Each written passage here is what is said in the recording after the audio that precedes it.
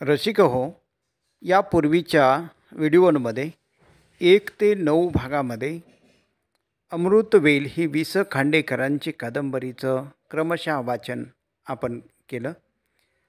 यानंतरच्या या कादंबरीमध्ये आपण राम गणेश गडकरी यांच्या एकच प्याला व भावबंधन या नाटकाचं क्रमशः वाचन करणार आहोत.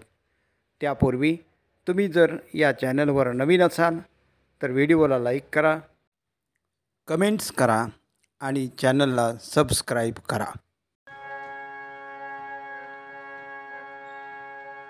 रसिक हो, नमस्कार.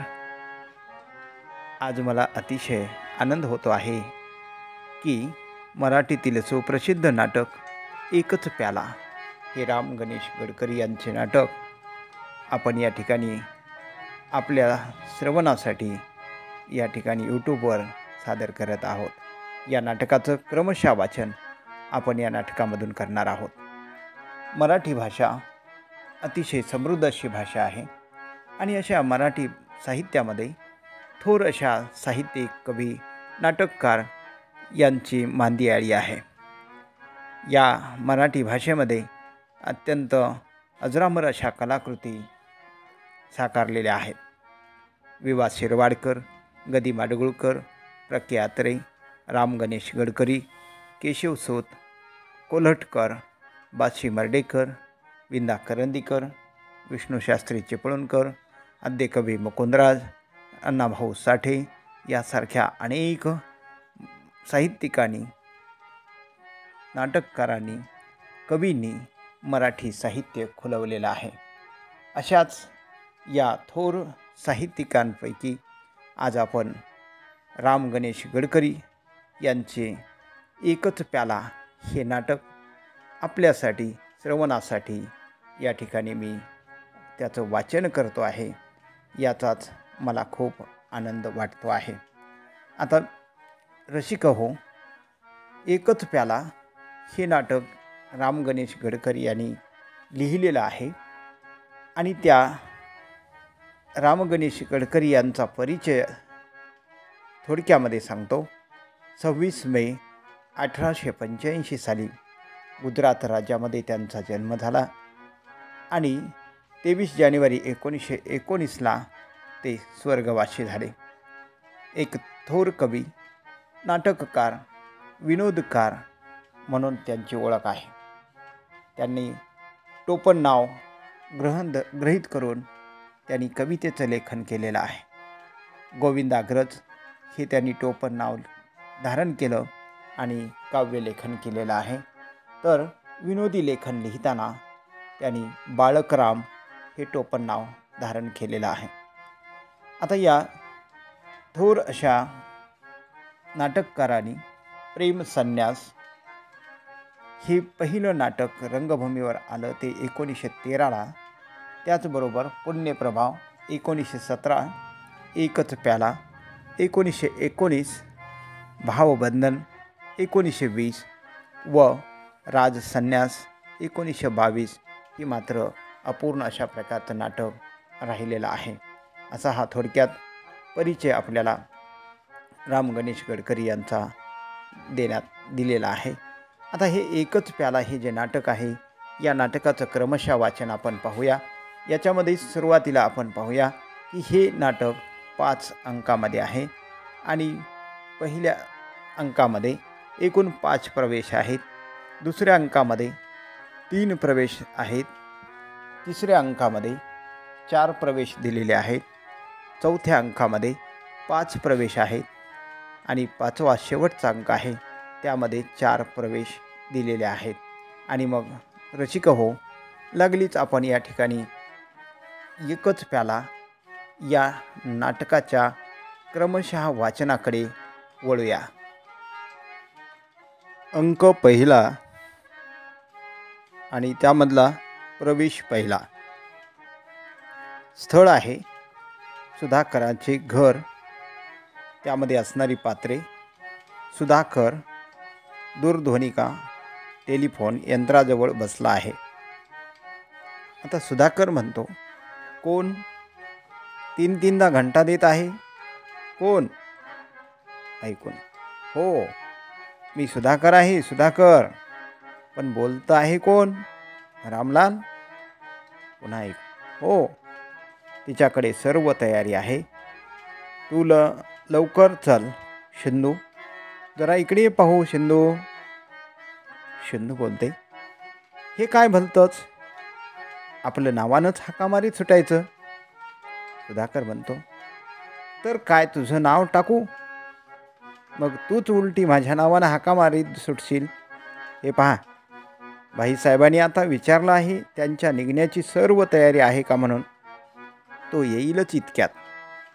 शंदू म्हणते, तयारी सर्व आहे, पण भाई जाणार म्हणून कुठल्या कामाला उत्साह कसा तो वाटत नाही.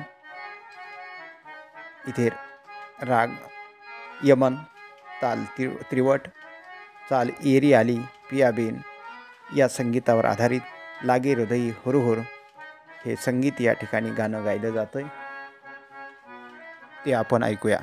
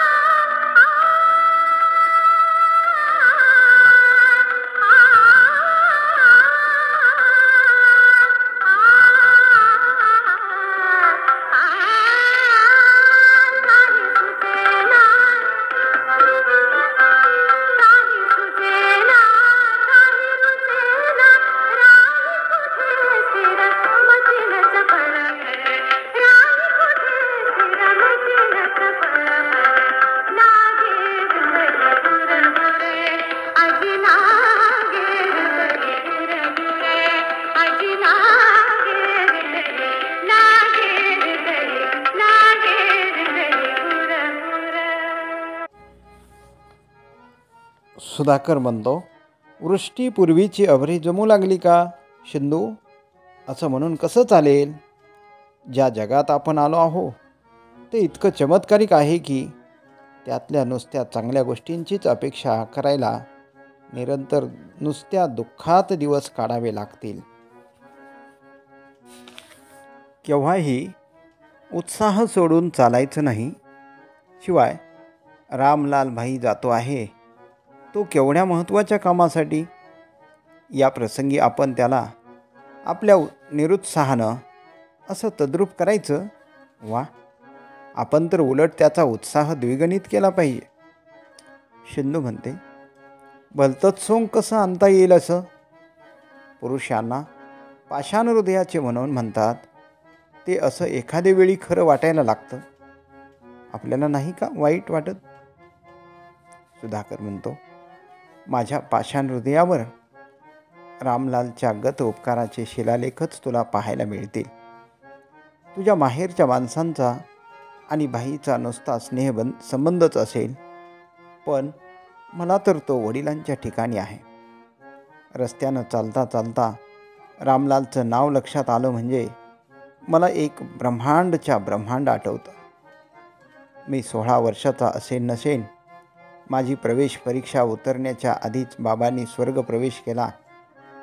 आपला वृद्धापकाळ झाला असं पाहून आपल्या पश्चात शरदच्या संगोपनाची जबाबदारी माझ्यावर पडू नये म्हणून बाबांनी तिचा 8व्या वर्षीच तिचं लग्न लावून दिलं.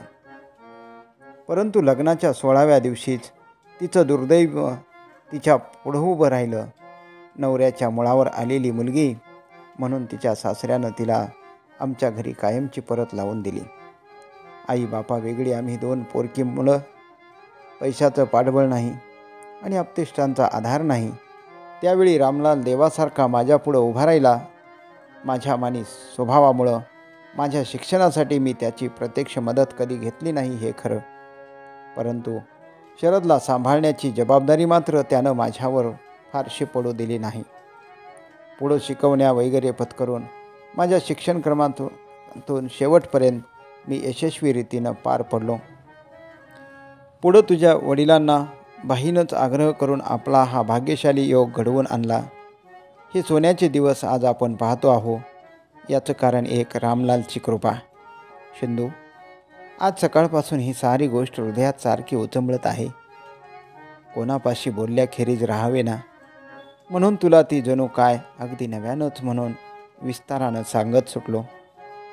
रामलाल जाणार म्हणून मला वाईट वाटल्याशिवाय कसं राहील, परंतु या संसारात नेहमी परिणामाकडे दृष्टी ठेवून चालावं लागतं. आपण अशी दुर्मुखल्यासारखी बसलो आणि समज एकदम रामलाल आला. रामलाल येतो. शिंदू म्हणते, भाई तुला 100 वर्षे आयुष्य आहे. सुधाकर म्हणतो, हे खरं ना? मग शांत मनाने त्याला जायला आनंदानं निरोप दे पाहू. भाई, हिचं समाधान करता करता मला पुरेसं झालं आहे. मला वाटतं यापुढं मला वकिलीची सनद सोडून देऊन हा एवढाच उद्योग करीत बसावं लागणार. बरं भाई, इथून जायचं कधी? शिंदू म्हणते, थांब भाई, इथून जायचं कधी हे सांगण्यापेक्षा पुन्हा इथं यायचं कधी हे नक्की सांग पाहू एकदा. खरं सांग हो अगदी. रामलाल म्हणतो, मग इतके दिवस सांगत आलो ते खोटंच का ताई? मी पुष्कळ म्हटलं की अमुकच दिवशी येईन म्हणून, 2 वर्षांनी येईन म्हणून म्हणतो, पण संकल्प आणखी सिद्धी यांच्यामध्ये परमेश्वराची इच्छा उभी असते. कुणाला ठाऊक 2 वर्षांनी येईन की 2 महिन्यांनी येईन. इतकं होऊन कदाचित जाणारही नाही, कदाचित येणारही नाही. कदाचित ही आपण सर्वांची शेवटचीच भेट असेल.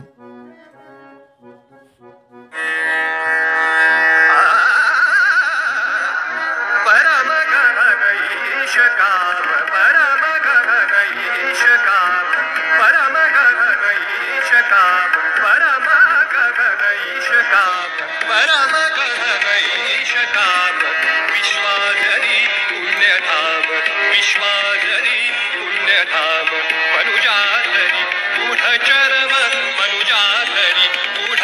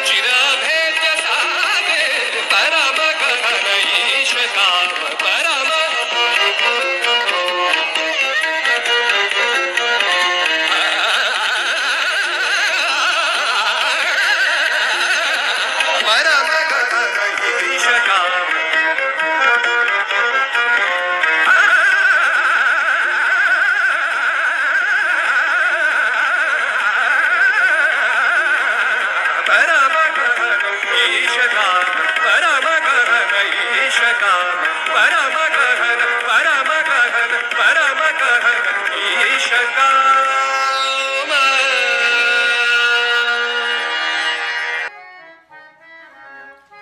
सुधाकर म्हणतो, बाई तू अगदी पडत मूर्ख आहेस. इकडच्या तिकडच्या गोष्टींची धरणं बांधून इतका वेळ मी या गंगा यमुना थोपवून धरल्या होत्या. तुझ्या आशीर्वादानं त्यांचा वाहता संसार मनासारखा सुरू झाला बघ. वेड्या, तुला माहीत नाही का, शास्त्रांची अटक झुगारून सिंधू नदी अटक पार होणं हे एक वेळ सोपं आहे. बाष्पशक्तीच्या जोरावर महासागराच्या तोडीचे काळा समुद्र, पिवळा समुद्र किंवा तांबडा समुद्र ओलांडणं हे तर त्यापेक्षाही सोपं आहे. पण मानस सरोवरात उत्पन्न झालेल्या, डोळ्यातून बाहेर येणाऱ्या आणि गालावरच्या गुलाबी समुद्राला मिळणाऱ्या या टिचभर गंगा यमुना तुडवून जाणं हे अजून कोणाही पुरुषाला साध्य झालं नाही. रामलाल म्हणतो, मनाची भलती फसवणूक कधीही करून घ्यावयाची नाही, हा माझा एक कृत संकल्प आहे. सिंधुताई, या चंचल संसारात असल्या कडू सत्यांची मनुष्यानं निदान तोंड ओळख तरी करून ठेवलेली असावीच. ईश्वराच्या दयेनं आपल्या दुर्दैवी ते अनुभवानं भोगण्याचा प्रसंग आलाच, तर त्यांच्या पहिल्या दर्शनानं अशावेळी आपण गांगरून तरी जात नाही. सुधाकर म्हणतो, तुझासुद्धा कंठ सद्गदित झाला आहे. मानलेला का होईना, पण तिचा बाहू शोभतोस खरा. सिंधुताई, आता तू दादाच्या गळ्याला मिठी मार. भाई, तुला जायचं असेल तर don't say such a Shilli nonsense. You are a regular Mrs a nonsense. अशानं होईल काय? इतक्यात शरद येईल, तिच्या गंगा यमुनांची जोडी चालायला लागेल, ती तळीरामची गीता येईल. त्या भोळ्या जीवाला तर हसण्या रडण्याला आपलं स्वतःचं सुद्धा सुख दुःख लागत नाही. हा हा म्हणता इथं एका भूगोल पत्रकाच्या भरती इतक्या नद्या जमून आपल्या महाराष्ट्राला पंजाबी पवित्र्यात उभं करतील. अशानं तुझ्या प्रवासाला किती त्रास होईल याचा नीट विचार कर. दगदग आणखी त्रास चुकविण्यासाठी पुरुष चातुर्मास टाळून प्रवासासाठी हिवाळा किंवा उन्हाळा योजून ठेवतात. पण ऐन प्रस्थानाच्या वेळी बायका पावसाळा पुढे आणून उभा करतात. तू संसार सोडून भटकणारा बैरागी आहेस म्हणून तुला माहीत नाही की स्त्री पुरुषांच्या संबंधात ऋतुमान नियमानं सारखंच टिकून राहील असं नाही. सिंधू म्हणते, आमच्या इथं थट्टेला काळवेळ नाही आणि सुमारही राहत नाही. एक गंगा यमुना सापडायची खोटी सर्वांसकट वाहून जायची तयारी. सुधाकर म्हणतो, सिंधू, तुझ्या गंभीर उपदेशानं मला असा सतावून सोडू नकोस. आणखी 2-4 महिन्यांनी एकदा मूल झालं म्हणजे त्याला काय सांगायचं ते सांग. रामलाल म्हणतो, आणि मुलाला दटावण्याचेच तिला डोहाळे होत असले तर मग? सिंधू म्हणते, भाई, तुलाही असंच गंमत राहायचं आहे वाटतं. इकडचा स्वभाव तुला लहानपणापासून माहीत आहे ना. रामलाल म्हणतो, ताई नीट बैस अशी. सुधा, तू पण बैस. सुधा, तुझ्या देखत ताई तुला 2 शब्द सांगायचे आहेत. आता तू म्हणालीस की सुधाचा स्वभाव मला लहानपणापासून माहीत आहे. हे खरं आहे आणि त्याबद्दलच तुला मला सांगायचं आहे. ताई, हा सुधाकर म्हणजे या जनसमुद्राच्या गरीब तळाशी सापडलेलं एक अमूल्य रत्न आहे. पण ताई, अशी रत्न लाभणं कठीण आणि लाभल्यावर त्यांना हाती ठेवणं तर फारच कठीण. सुधाकर बुद्धिवान आहे, फार काय सांगावं, खरोखरीच अलौकिक बुद्धिवान आहे. तो जात्याच मानी आहे आणि केवळ स्वावलंबनानं नवलौकिकाला चढल्यामुळे मूळचा मानीपणा हल्ली इतका उग्र स्वरूपाचा झाला आहे की तो त्याच्या चांगल्या मित्रांनासुद्धा असह्य होईल. त्यातून व्यवहारी आयुष्याच्या सुरुवातीच्या अवस्थेतून तो मार्गक्रमण करीत आहे. प्रतिस्पर्ध्याच्या गर्दीतून आपल्या बुद्धिमत्तेच्या शोभण्याजोग्या स्थळी त्याला अजून पोहोचायचं आहे. एक गावंढळ उदाहरण घेऊन सांगतो. आपल्या कळपातून बदकाचं पिल्लू आपल्या जातीधर्माप्रमाणे पाण्यात पोहणीला पडलं म्हणजे त्याच्याभोवती असलेल्या आणि त्याचबरोबर वाढलेल्या कोंबडीच्या पिल्लाचा आश्चर्यानं आणि भीतीनं सारखा किलकिलाट सुरू होतो. जगाच्या व्यवहारात पशूच्या उदाहरणातल्या आश्चर्य आणखी भीती या विकारांऐवजी केवळ मनुष्य प्राण्यालाच मिळालेले द्वेष आणि मत्सर हे विकार दिसून येतात. वकिलीच्या धंद्यात सुधाकर हल्ली या स्थितीत आहे. सर्वांनी एकच परीक्षा दिली असल्या कारणानं त्याच्या जोडीच्या वकिलांना तो आपल्यापैकीची एक वाटत आहे. त्यांच्या बुद्धिमत्तेच्या जोरानं हा सामान्य वर्गातून पुढं जात असल्यामुळं याच्या बरोबरीचे लोक द्वेषानं आणि मत्सरानं त्याला मागं ओढीत आहेत. धंद्यात नामांकित म्हणून प्रस्थापित झालेले थोडेसे लोकही नव्या उमेदवाराला आपल्या भाग्यशाली यशाचा सुखासुखी वाटेकरी होऊ देत नाहीत. तरुण बुद्धिमत्तेची आत्मविश्वासाची उग्रता या जुन्या लोकांना उर्मटपणाची आणखी अहमपणाची वाटून ते त्याचा उपमर्द आणखी तिरस्कार करीत असतात. मागच्याला मागं ढकलून, बरोबरीच्याला बाजूला सारून आणि पुढच्यांना पुढे ढकलून सुधाकर यावेळी जीवनकलहाच्या गर्दीतून रस्ता काढीत आहे. धंद्याच्या पटांगणात त्याचं कौतुक करणारा, त्याला धीर देणारा, त्याचं समाधान करणारा आणि रागाच्या ऐनभरात त्याचा तोल सांभाळणारा कोणीतरी जिव्हाळ्याचा मनुष्य सध्या त्यांच्या जवळ नेहमी जवळ असणं आवश्यक आहे. त्यांच्या लहानपणापासून माझ्या पामरशक्तीप्रमाणे ही त्याची सेवा आजवर मी करीत आलो आहे. शिंदू, आज विलायतीला जाण्यापूर्वी तसा तो तुझा प्राणच आहे. मी बोलून चालून एक परदेशी तिराईत आहे. माझ्या पाठचा भाऊ आज मी तुझ्या हवाली केला आहे. शिंदू, त्याच्या अफाट बुद्धिमत्तेला पुरून उरण्याजोग्या कामगिरीमध्ये त्याला नेहमी गुंतवून ठेव. कधी काळी त्याचा मनोभंग झाला तरच. चतुर्मुली, तू सर्वगुण संपन्न आहेस. तुमच्यासारखी अनुरूप वधूवर संसाराच्या अशा सुखपूर्ण आरंभात पाहून कोणताही मनुष्य त्या सुखाचा चिरकाल लाभ व्हावा म्हणून तुमच्यासाठी परमेश्वराजवळ आशीर्वाद मागेल. मग मला तर जवळजवळ तुमचा अनुरूप योग घडवून आणण्याचा प्रत्यक्ष मानच मिळाला आहे. सुधाकर म्हणतो, शाब्बास रामलाल, तू आपल्या डॉक्टरांच्या जातीवर गेलास अखेर. माझ्या मनाला औषध काय चारायचं ते राहील तिच्या लक्षात. असंच एकदा पथ्याचं सांगून टाक म्हणजे झालं. एवढा पडत मूर्ख म्हटल्यानं तुझं समाधान झालं नाही. भलतंच बोलून तिच्या मागं ही एक दुसरी काळजी उत्पन्न करून ठेवलीस. 2 वर्षांनी तू परत येईपर्यंत तुझ्याबद्दलची काळजी आणि माझ्याबद्दलची काळजी. शिंदू म्हणते, 2 वर्ष? इतके दिवस आणि इतक्या लांब तू दूरदेशी जाऊन राहणार? आपलं म्हणायला ओळखीचं माणूससुद्धा कोणी नाही. त्यातून तुझी प्रकृती कशी झालेली? सुधाकर म्हणतो, आणि तो इथं राहिला तर तू काय त्याला चिरंजीव करशील?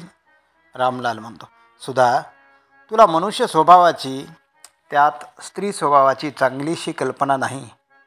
आपल्या प्रियजनाचं आपल्या नजरेआड बरं वाईट झालं म्हणजे परक्या माणसाच्या हलगर्जीपणामुळंच हे झालं असावं अशी त्यांच्या मनात शेवटपर्यंत रुखरुख राहते.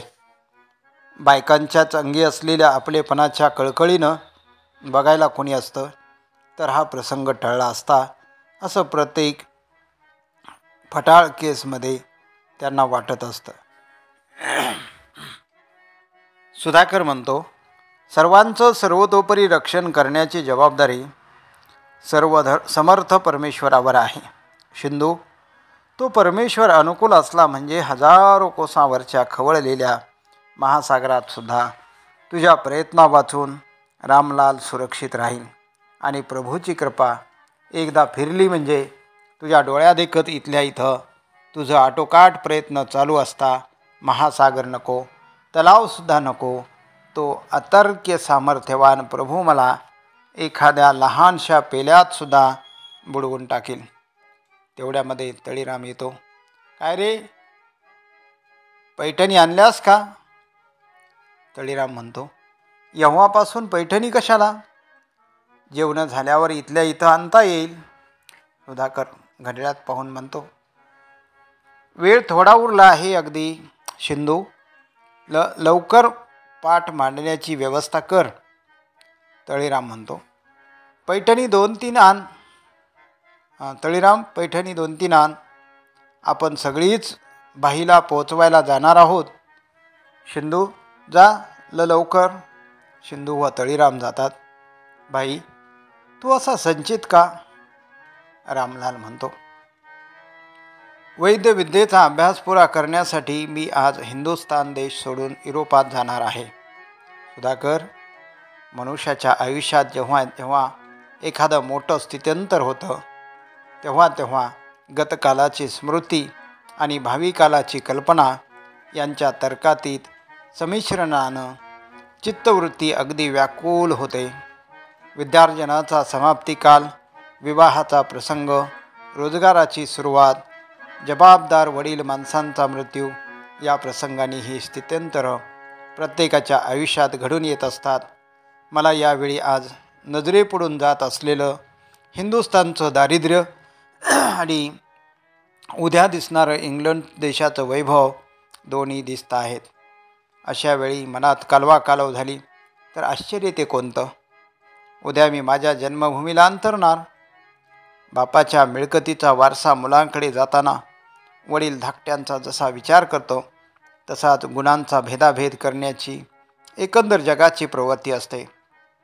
लायकी असते. लायकी नालायकीचा प्रश्न फक्त जननी आणि जन्मभूमी यांच्या प्रेमाचा वारसा मिळवितानाच काय तो पुढं येत नाही. एक पुत्र 42 कुळं उद्धारणारा असतो आणि एक पुत्र 42 कुळं बुडवणारा असतो. पण जन्मदात्रीकडे बोट करून दोघांनाही सारख्याच हक्कानं म्हणता येतं की ही माझी आई. तीच गोष्ट जन्मभूमीची आहे आणि म्हणूनच म्हटलं आहे की जननी जन्मभूमीश्च स्वर्गादपि गरीयसी. माझी आई वारली त्यावेळी मला जो तीव्र शोकावेग झाला त्याचा आज मी पुन्हा अनुभव घेतो आहे. या भूमीवर तुझा, माझा, त्याचा, याचा कोणाचाही प्रेमाचा हक्क अगदी सारखा आहे. ऋषीश्वराच्या यजकर्माची यागभूमी, शिबी गौतमासारख्या महात्म्यांची त्यागभूमी, प्रतापशाली वीरांची जी जन्मभूमी, युधिष्ठिर, अशोक यासारख्या पुण्यश्लोकांची ती धर्मभूमी, तीच आपली ही जन्मभूमी. तिच्याकडे पाहून श्री शिवछत्रपतींनी मागं जितक्या अधिकारानं म्हटलं असेल की ही माझी जन्मभूमी, तिच्याकडे पाहून लोकमान्य टिळक जितक्या अधिकारानं आज म्हणत आहेत की ही माझी जन्मभूमी, उद्या इंग्लंडहून परत आल्यावर तिच्याकडे पाहून माझ्यासारख्या पामरालाही तितक्याच अधिकारानं म्हणता येईल की ही माझी जन्मभूमी. आणि दोघेही इथे जातात. पहिला प्रवेश या ठिकाणी संपतो. दुसरा प्रवेश आपण पुढच्या व्हिडिओमध्ये पाहूया. यापूर्वी असेच आणखी दुसरा प्रवेश आपल्याला पाहायचा असेल, ऐकायचा असेल तर त्यासाठी माझ्या चॅनलला सबस्क्राईब करा, व्हिडिओला लाईक करा. धन्यवाद.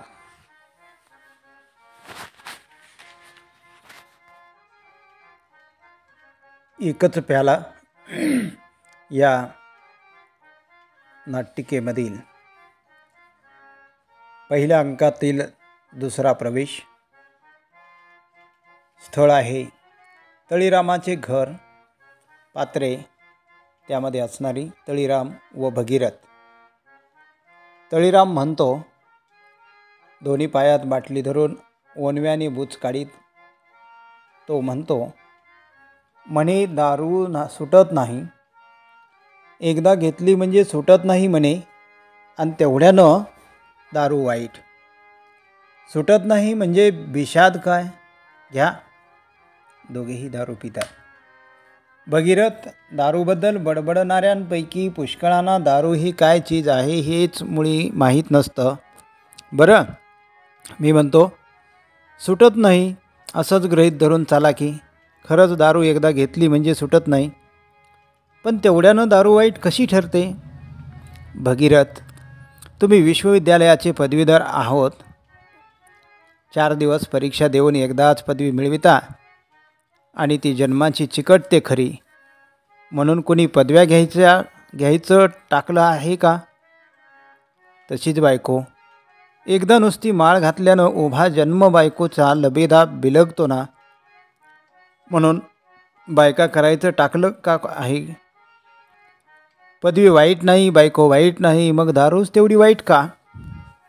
भगीरथ म्हणतो, तळीराम, या 3 गोष्टींचं एवढं साम्य जमलं म्हणून सर्वांशी तुलना कशी होईल? पदवी आणि बायको यांचे परिणाम असे वाईट होतात का? तळीराम म्हणतो, याचे परिणाम दारूपेक्षाही वाईट आहेत. असे कैक पदवीधर हात धरून मी दाखवून देईन की पदवीचा नावापुरता पोकळ आधार नसता तर त्यांना आपला मूर्खपणा जगापुढे मांडण्याची छातीच झाली नसती. दारूबाजाचं बरळणं दुसऱ्याला उमजत नाही हे खरं, पण पदवीधराची बाष्कळ बडबड तर त्यालासुद्धा कळत नाही. इंग्रजी अंमल सुरू झाल्यामुळं आमच्या हतभागी देशात ज्यात अनेक आपत्ती आल्या त्यात पदवी आणि प्रेम या अग्रगण्य आहेत. पाठशाळेत पाऊल टाकून पदवीचा वेध घेण्याबरोबर मुलाला मतं आणखी मिशा फुटू लागतात. मताच्या मंडपीवर मूर्खपणाला मनमोकळेपणाने मिरास मिळते. आणखी मिशांचा मोर्चा आकड्याच्या वळणावळणानं पोरीबाळीच्या प्रेमाकडे वळतो. भगीरथ म्हणतो, उदात्त प्रेमाची तुम्ही विटंबनाच मांडली आहे म्हणायची. तळीराम म्हणतो, भगीरथ, तुम्ही एक प्याला घ्या आणखी, म्हणजे तुमच्या जिभेवरून हे उदात्त वगैरे शब्द धुवून जातील. प्रेम हे हास्यास्पद नाही वाटतं. अहो, काव्यात कमल, नाटकात सूड, कादंबरीत भुयार, मासिक पुस्तकात खास अंक, वर्तमानपत्रात खास बातमीदार, संसारात प्रेम, औद्योगिक चळवळीत सहकारिता, सुधारणेत देशभक्तीत स्वार्थ त्याग आणि वेदांतात परब्रह्म यांचा धुमाकूळ माजला नसता तर त्या गोष्टींची थट्टा करायला जागाच उरली नसती. भगीरथ म्हणतो, हे राहू द्या. प्रेमाचे परिणाम दारूपेक्षा वाईट कसे होतात ते सांगा पाहू. सुंदर स्त्रियांच्या प्रेमापुढं या मदिरेची काय किंमत? तळीराम म्हणतो, हां, प्रेमात काय जीव आहे. प्रेमापेक्षा मदिरा प्रत्येक बाबतीत श्रेष्ठ आहे. पहा, प्रेमात राजासुद्धा अगदी गुलाम होतो, पण मदिरेत गुलामसुद्धा अगदी राजासारखा स्वतंत्र होतो. प्रेम भीक मागायला शिकवतं, तर मदिरेच्या उदारतेला मर्यादा नसते. प्रेमाखातर प्रणयिनीच्या लाथा खाव्या लागतात, तर मदिरेच्या जोरावर सगळ्या जगाला लाथा मारता येते. प्रेमामुळे काही सुचेनासं होतं, तर मदिरेमुळे कल्पनाशक्ती आणि वार वाढते. फार कशाला, प्रेमानं फार झालं तर एखादी मदिराक्षी मिळविता येईल, पण दारू पिऊन डोळे लाल झाले म्हणजे स्वतःलाच मदिराक्ष बनवता येतं. बोला. भगीरथ म्हणतो, खरं आहे, या गोष्टी नव्हत्या माझ्या लक्षात.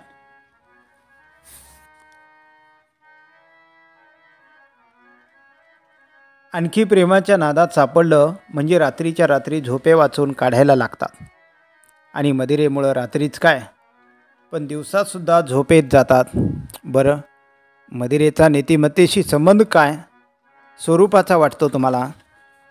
तळीराम म्हणतो, मद्यपान नीतिमत्तेला फार पोषक आहे. ऐका कसं ते. मद्यपी कधी खोटं बोलत नाही, कारण खोटं रचून त्याला कधी सांगताच येत नाही. मद्यपी कधी कुणाजवळ चहाडी करीत नाही, कारण मागं कोण काय बोलला याची त्याला आठवण नसते. तो कधी कोणाचा विश्वासघात करीत नाही, कारण त्याच्यावर कोणी विश्वासच ठेवीत नाही. भगीरथ म्हणतो, बरं पुढं? तळीराम म्हणतो, चोरीच्या बाबतीत तर तो बेटा अगदी अजान असतो. एखादी लहानशी गोष्टसुद्धा त्याला दुसऱ्याजवळून चोरून ठेवता येत नाही. फट्ट दिशी तो ती बोलून टाकतो. भगीरथ म्हणतो, खरंच चोरून प्यालेली दारूसुद्धा त्याला जिरवता येत नाही. तळीराम म्हणतो, अशी थट्टेवर गोष्ट नेऊ नका. एकदा आमच्या मद्यपानाच्या बैठकीत आमच्या एका मित्राला चोरी करायची इच्छा झाली. तेव्हा त्यानं मोठ्या शर्तीनं माझ्या बोटातली अंगठी पळविली. पण शेवटी दारूच्या धुंदीत त्यानं ती पुन्हा माझ्याजवळच ठेवायला दिली. मात्र हा माल चोरीचा आहे, कोणाला दाखवू नकोस, असं त्यानं मला गंभीरपणानं बजावलं. भगीरथ म्हणतो, छान, यात दोघांनाही समाधान. फळ एकाला चोरी केल्याचं आणि दुसऱ्याला चोरी सापडल्याच. तळीराम म्हणतो, तेच तुमच्या प्रेमाच्या बाबतीत पहा. कोणी कोणाचं मन चोरतो, तर कोणी चोरून भेटी घेतात. एकमेकांकडे पाहायचं, ते सुद्धा चोरून. इथून तिथून सारा चोरांचा बाजार. भगीरथ म्हणतो, प्रेमाचा पाशच तसा आहे. प्रेमानं दोन जीवांचा अगदी एकजीव होतो. तळीराम म्हणतो, दोन जीवांचा एकजीव होत नाही, पण एका जोडप्याच्या दोन जीवांपासून 10-15 जीवांचं लटांवर मात्र उत्पन्न होतं. हिंदुस्थानच्या हवेत अव्वल आर्यांचा वंशवृक्ष 33 कोटी फळांनी लादून निघाला. तो काही त्यांच्या मुळाशी दारूचं शिंपणं झालं म्हणून नव्हे, प्रेमजलाच्या सिंचनानेच तो फोपावला आहे. तसं म्हणाल तर जीव कमी करण्याच्या बाबतीतसुद्धा मदिराच जास्त ठरेल.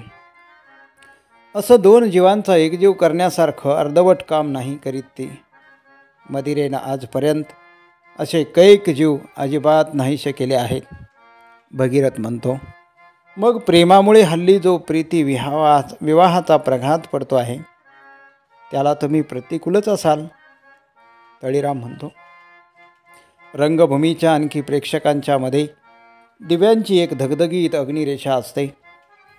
नाट्यसृष्टीची ही मर्यादा ओलांडून प्रतिविवाह सत्यसृष्टीत उतरला म्हणजे त्याचे पोरखेळ निम्मे दरानं सुद्धा पाहण्याच्या लायकीचे नसतात. लोक म्हणतात नाटक हे संसाराचं चित्र आहे, पण मी म्हणतो की हल्ली संसार हे नाटकाचं चित्र बनत चाललं आहे. प्रीतिविवाहाच्या पूर्वार्धाचा उत्तरार्धाशी काडी इतकाही संबंध नसतो, किंवा काडी इतकाच संबंध असतो. प्रीतिविवाह हा द्वंद्व समाप्त असून वकिलामार्फत त्याचा विग्रह करून घ्यावा लागतो. लग्नाच्या पूर्वी प्रेमाची अशुक माशुक हातात हात घालून भटकण्यासाठी जी तळमळ असतात, नुसती पायधूळ दृष्टीस पडण्यासाठी ज्या उत्कंठेनं एकमेकाच्या वाटेकडे डोळे लावून बघतात, तीच पुढं एकमेकांच्या डोळ्यात धूळ फेकण्यासाठी संधी पाहत असतात.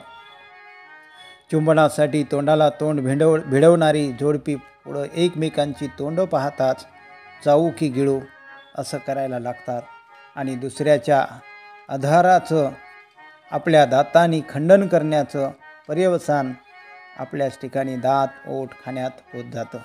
भगीरथ म्हणतो, मला वाटतं एकंदर सुधारणेच्या बाबतीत तुमचं मत बरंच कुलुषित आहे. जुन्या थाटाच्या लग्नांना तुमचा तितका विरोध नसेल. तळीराम म्हणतो, अलीकडे त्याही गोष्टीच्या विरुद्ध माझं मन होत चाललं आहे. पुढले 7 जन्म सलोख्यानं काढण्यासाठी एकमेकांसमोर आणलेली वधूवरं अनुभवांती असं वाटायला लावतात की मागल्या 7 जन्माचं वैर साधण्यासाठी ही एकमेकांच्या समोर आलेली आहेत. बालभूत थाटाच्या लग्नाच्या बारशाला जशी मटा भिक्षुकांची जरुरी असते, तशी अलीकडे त्यांच्या उत्तरक्रियेला वकील मनसूफांशी जरूर भासू लागली आहे.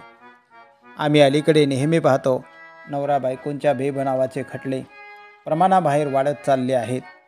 बोहल्यावर नवरा बायकोभोवती बटा भिक्षुकांनी उंडाळलेल्या सुताच्या गुंतागुंतीसुद्धा दिवाणी दरबारात कलमाने उकलाव्या लागतात आणि धर्माच्या मंत्र्यांनी केलेली पातकं कायद्याच्या कलमाने निस्तरावी लागतात.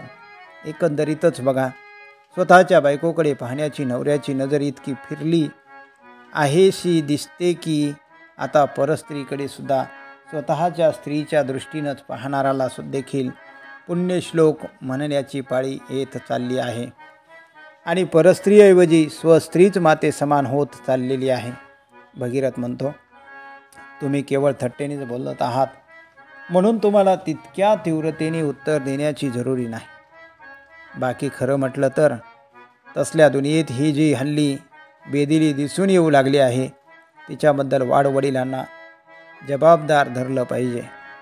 बदलत्या परिस्थितीचा लग्नसंबंधातून मुळीच विचार न करण्याचा आमच्या वडील पिढीचा कृतनिश्चय दिसतो. तळीराम म्हणतो, ते काही म्हणा, बाकी लग्नाच्या बाबतीतला एकंदर बोजवारा पाहून शेवटी असं वाटायला लागतं की संसार मार्गावरच्या प्रवाशानं लग्नाची बोजड बेडी पायात अडकवून घेण्यापेक्षा एखाद्या सार्वजनिक मार्गाला लागावं हे बरं. भगीरथ म्हणतो, वा, वेशागमना इतकी अनिती दुसरी कोणती असेल असं मला वाटत नाही. त्यावेळेस तळीराम म्हणतो, तुम्ही अजून अजान आहात. अहो, असल्या बाहेरख्याली संबंधात पोरा बाळाच्या खिल्लाराशी नुसता नावापुरता सुद्धा संबंध ठेवायचा कारण नाही. शिवाय बेईमानी दिसलीच तर बाहेरच्या रस्त्याकडे बोट दाखवायला मोकळाच. माय बाप सरकाराने बाहेरच्या बायकांच्या पोटापाण्याकडे अजून आपली कायदेशीर कृपादृष्टी वळविली नाही. बदचाल दिसली तर तिची हकालपट्टी करताना पोटगी खर्चाचा तिला आहेर करण्याचं कारण नसतं. भगीरथ म्हणतो, जाऊ द्या, 4 घटका मजेनं जमण्यासाठी जमवायच्या. तिथंही असली किळसवाणी कटकट कशाला हवी. मी मद्यपानाच्या विरुद्ध बोलतो असं नाही, पण दारूमुळं मनुष्याची कर्तबगारी कमी होते हे तर खरं आहे ना. तळीराम म्हणतो, हा प्रश्न साहेब लोकांना विचारा. कोट्यानकोटी असल आर्याची कर्तबगारी कारकुनी पेशानं साहेबांच्या भेटीसाठी बंगल्याबाहेर उभी आहे व बंगल्याच्या आत पेल्यावर पेले घेण्याच्या कामामुळे सत्ताधारी साहेबांना बाहेर येण्याची फुरसत नाही. भगीरथ, असले वेडेवाकडे प्रश्न विचारता याचं कारण एवढंच की मगापासून तुम्ही हात राखून काम चालविलं आहे. तुम्ही आता काही तितके नवीन नाही. हे बघा भगीरथ, या घरी नवशिक्याला स्वतःच्या अब्रूबद्दल भिण्याचं काही कारण नाही. नवीन घेणाऱ्याच्या अब्रूला आम्ही 4-6 महिने जपत असतो. भगीरथ म्हणतो, आणि पुढं मग.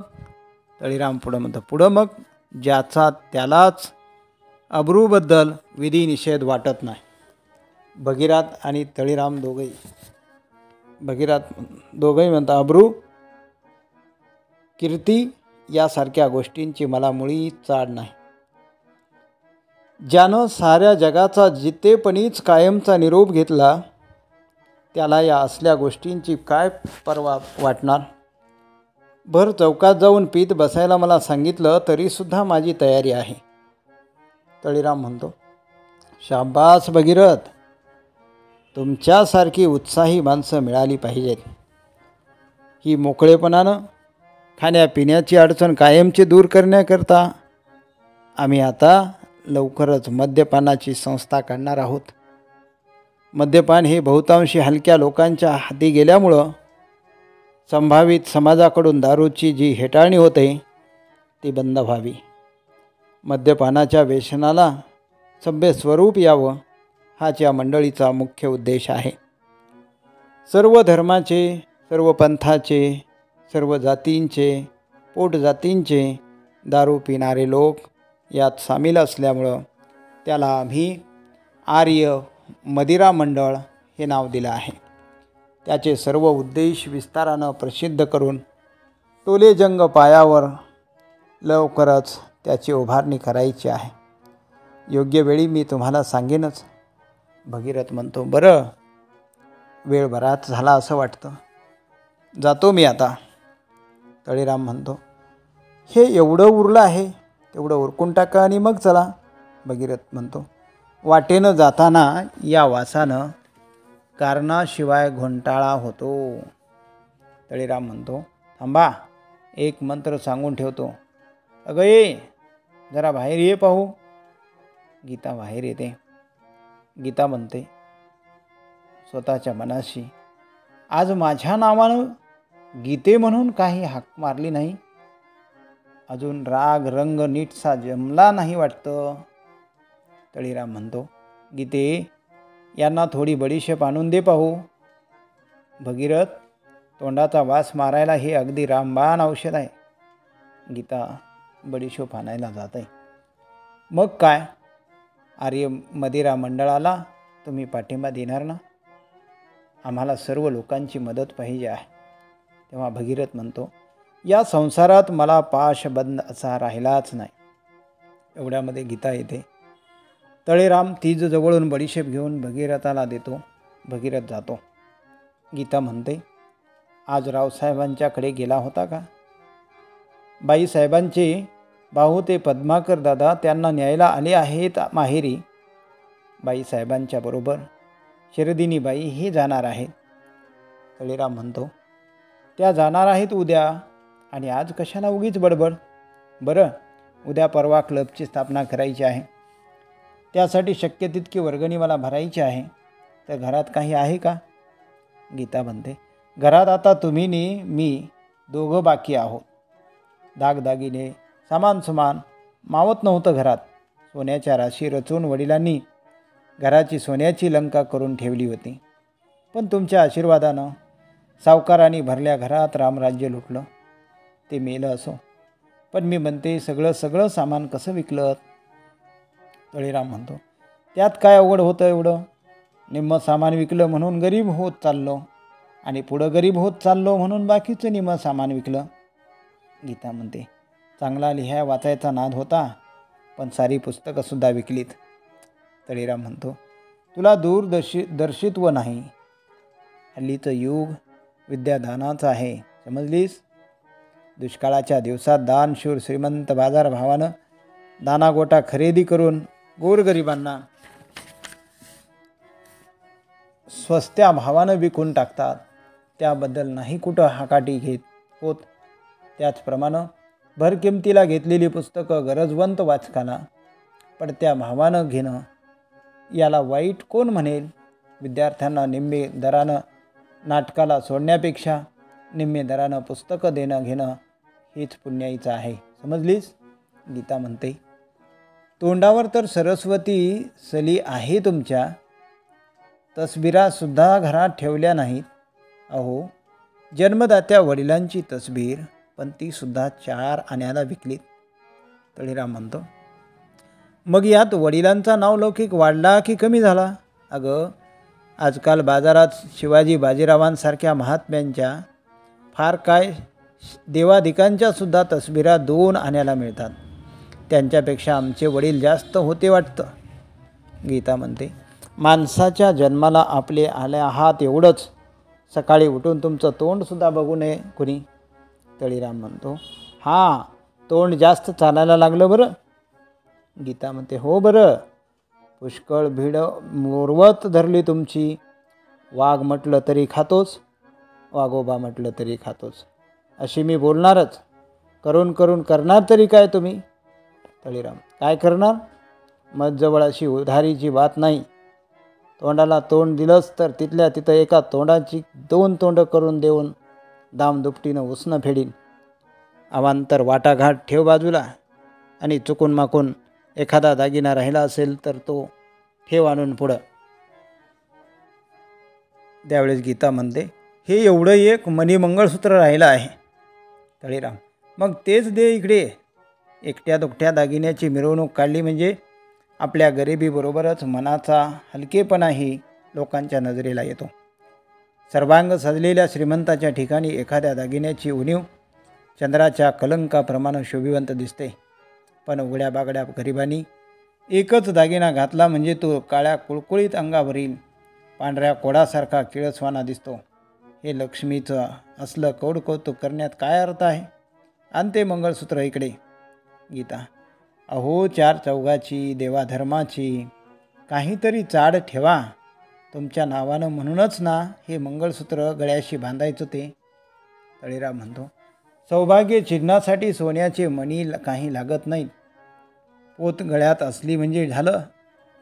सौभाग्या, तुझ्या सौभाग्याला मी धक्का लावतो आहे. पोत मागितली, बरं दोरा मागितला, तेवढे मणी कुरतडून नेतो म्हणजे झालं.